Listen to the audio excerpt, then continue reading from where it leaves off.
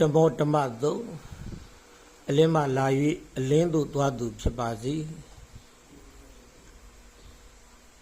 အင်္ဂုတ္တစတုကနိပတ်မှာမြတ်ဗုဒ္ဓဟောကြားတော်မူထားတဲ့ပုဂ္ဂိုလ်၄မျိုးဆိုတာရှိပါတယ်တမောတမပုဂ္ဂိုလ်အမောင်မှလာ၍အမောင်သို့သွားသူတမောဇောတိပရာယဏပုဂ္ဂိုလ်အမောင်မှလာ၍အလင်းသို့သွားသူဇောတိဓမ္မပရာယဏပုဂ္ဂိုလ်အလင်းမှလာ၍အမောင်သို့သွားသူဇောတိပရာယဏပုဂ္ဂိုလ်အလင်းမှလာ၍အလင်းသို့သွားသူဆိုပြီးပုဂ္ဂိုလ်၄မျိုးဟောကြားတော်မူထားတာရှိပါတယ်နံပါတ်1အမောင်မှလာ၍အမောင်သို့သွားသူဆိုတာကဒေါသနာမျိုးရိုးပမိုက်သူမျိုးရိုးအစရှိတဲ့ယုံလေးနဲ့မျိုးရိုးမှာဖြစ်ပြီးတော့ရုပ်ရည်လည်းပဲသိုးသွမ်းပြီးတော့အစာရည်သာလည်းဝအောင်မစားရနေရာထိုင်ခင်းရက်ထားလည်းမပြည့်စုံထိုကဲ့သို့နေထိုင်ရပြီးတော့ကာယဒုစရိုက်ဝစီဒုစရိုက်မနောဒုစရိုက်လို့ခေါ်တဲ့ဒုစရိုက်တရားများပြုကျင်ပြီးဤဘဝကသိဆုံးတဲ့အချိန်ကမှာငရဲတိရစ္ဆာန်ပိဋ္ဌသူတကယ်လို့ခေါ်တဲ့အပည့်လေးပုံကိုလာရောက်ရတဲ့ပုဂ္ဂိုလ်နံပါတ်2အမောင်မှလာ၍အလင်းသို့သွားသူအမောင်မှလာ၍အလင်းသို့သွားသူဆိုတာကဒေါသနာမျိုးရိုးစရှိတဲ့ယုံနေနဲ့မျိုးရိုးမှာဖြစ်ပြီးတော့ရုပ်ရည်လဲသိုးသွမ်းပြီးတော့အစာရည်တဲ့ရေစာလဲဝအောင်မစားရမပြည့်မစုံတဲ့နေထိုင်ရပြီးတော့ကာယဒုစရိုက်ဝစီဒုစရိုက်မနောဒုစရိုက်လို့ခေါ်တဲ့ကောင်းတဲ့ဒုစရိုက်တရားတွေလိုက်နာပြုကျင့်တယ်ထိုကဲ့သို့ပြုကျင့်တဲ့အတွက်ကြောင့်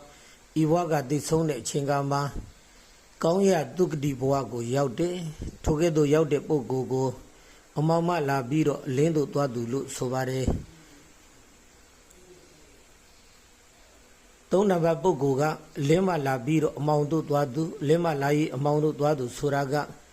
မင်းမျိုးပုံနာမျိုးတတိမျိုးစရှိတဲ့ပြည့်စုံတဲ့မျိုးရိုးမှာဖြစ်ပြီးတော့ရုပ်ရည်လေးချောမောလှပပြီးတော့အစာရည်စားဝဝလင်းလင်းစားရတောက်ရပြီးရထားနေရထိုင်စရာတွေပြည့်ပြည့်စုံစုံနဲ့နေထိုင်ပြီးတော့ကာယဒုစရိုက်ဝစီဒုစရိုက်မနောဒုစရိုက်လို့ခေါ်တဲ့ဒုစရိုက်တရားတွေတိုင်းနာပြုကျင့်တယ်ဒုစရိုက်တရားတွေကျင့်သုံးတယ်ဤဘဝကသိဆုံးတဲ့အချိန်ကမှာအပယ်လေးပုံကိုရောက်ရှိတယ်ထိုကဲ့သို့အပယ်လေးပုံကိုရောက်ရှိတဲ့ပုဂ္ဂိုလ်ကိုအလင်းမှလာပြီးတော့အမှောင်သို့သွားသူလို့ဆိုပါတယ်နံပါတ်4အလင်းမှလာ၍အလင်းသို့သွားသူမင်းမျိုးပုံနာမျိုးတတိမျိုးစရှိတဲ့ပြည့်စုံတဲ့မျိုးရိုးတွေမှာဖြစ်ပြီးတော့ယူရီလေးချောမောလှပပြီးတော့အစာရည်စားလေးဝအောင်စားရရင်ထားနေရထိုင်ခင်းနေပြည့်ပြည့်စုံစုံနေထိုင်ရပြီးတော့ကာယဒုစရိုက်ဝစီဒုစရိုက်ဘနောဒုစရိုက်လို့ခေါ်တဲ့ကောင်းတဲ့ဒုစရိုက်တရားတွေလိုက်နာပြုခြင်းဤဘဝကသိဆုံးတဲ့အချိန်ကမှာလူပြည်နတ်ပြည်မြမပြည်ကောင်းရာဒုက္ခတွေရောက်ရှိတဲ့ပုဂ္ဂိုလ်ဒီလိုပုဂ္ဂိုလ်မျိုးကိုအလင်းမှလာပြီးတော့အလင်းသို့သွားသူလို့ဆိုပါတယ်ဒါကြောင့်ဤပုဂ္ဂိုလ်၄မျိုးကိုနာကြပြီးသွားပြီဆိုရင်မိမိတို့တွေဟာအလင်းကနေလာပြီးတော့အလင်းသို့သွားသူပြစ္ဆုတ်ပံဘဝမှာပြည့်ပြည့်စုံစုံနေထိုင်ပြီးတော့ဤဘဝကသိဆုံးရင်လည်းပဲကောင်းရာဒုက္ခတို့ရောက်ရှိတဲ့အလင်းမှလာပြီးတော့အလင်းသို့သွားသူများဖြစ်အောင်ကြိုးစားတော်မူနိုင်ကြပါစေ